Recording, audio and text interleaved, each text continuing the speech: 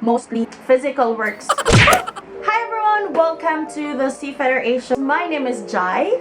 For my background, I am a 3rd officer on a Capesize bulk carrier. I've been sailing for roughly 5 years. Being the only rose among the thorns, I have learned a lot, especially when it comes to surviving in a male-dominated world. And I am making this video particularly for Seafarer Asia. Seafarer Asia creates wonderful and helpful contents not only for the seafarers but also for their families as well. You may check them out on their website, that's seafarerasia.net. This video is intended for my fellow female seafarers out there, whether you are cadets or you're still studying, who wants to take this path, who wants to be part of the maritime industry and who wants to be part of this seafaring industry. This video is for you. But before we jump into that, make sure to subscribe to Seafarer Asia's YouTube channel. Click the notification bell button to get notified for new videos. And you may also follow me on my own YouTube account, that's at Jy's Journal. So without further ado, here are my 10 tips for my fellow female seafarers. So tip number 1 is dress appropriately. While you are on board, avoid wearing this. But instead, you should be wearing this and this.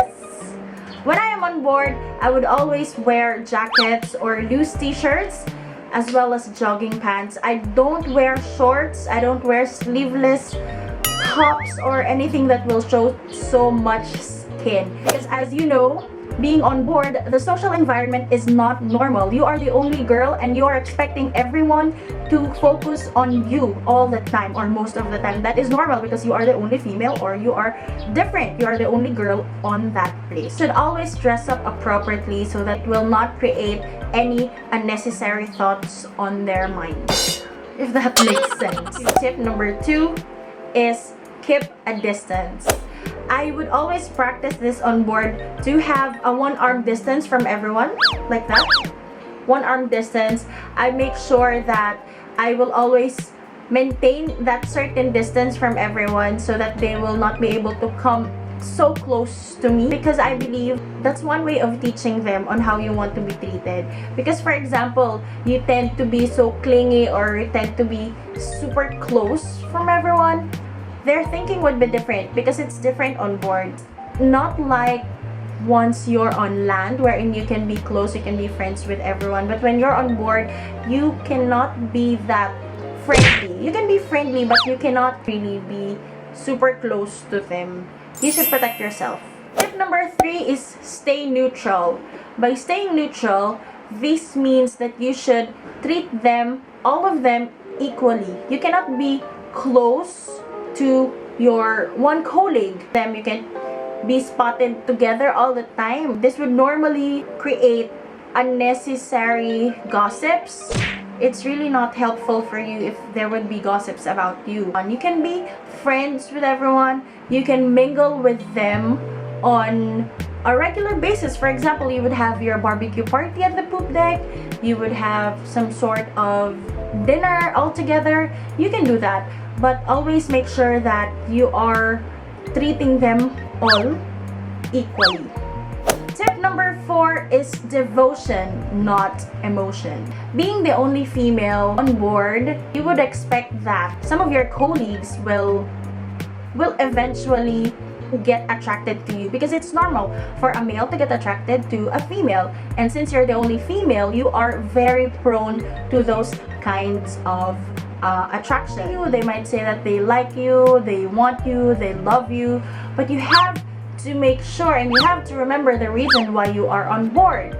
You are on board to work for your family, to work for yourself, to build your career, and all those reasons. Or no matter what other people around you will tell you, or they might make you feel special and all that, but you have to remember that your brain is located above your heart. And for me, falling in love on board is something that will only give you a heartbreak, because you won't really know them. You might be together for, let's say, one contract, 9 months. You won't get to know that person thoroughly within that 9 months.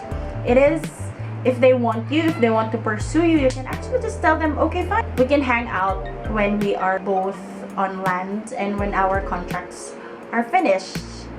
Something like that. You should always remember the reason why you're on board and why you're sacrificing, and that is for you to work and not for you to fall in love.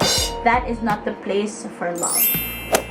I would suggest to avoid sharing your problems to your workmates. You always have to maintain this image that you are this strong, independent. You can't be vulnerable in front of your workmates. That will create future problems for you, because they might take advantage of your loneliness, and you can't be too emotional on board. You can be emotional just inside your cabin. Do not ever cry in front of anyone. That's one thing I learned from my Indian captain when I was a cadet. He told me that do not ever cry in your workplace. And unfortunately, the whole ship is your workplace, but there's still a place for you where you can really cry, or where you can pour your heart out, and that is inside your cabin. Tip number 5, speak up. Speaking up requires courage for you to really say what you feel. There are instances wherein you wouldn't want the way they treat you. For example, for me, I really don't want when they would touch me, even if patting on shoulders. That's why I always maintain 1 arm distance from everyone, because I believe on that way I am teaching them on how I want to be treated. But there are certain times that this would be unavoidable, especially when my guard is down. So I would tell them that, hey, I don't want to be touched. It's kind of difficult at first, but once you get the hang of it, and they would really remember it, because what you allow will definitely continue. And if there is something negative that will happen to you, you should always speak up. You should talk to the higher authority. On board, we have certain grievance procedures, so if something negative happens, you can escalate the problem and the problem will be solved. Just do not be afraid, because there will be people who will help you.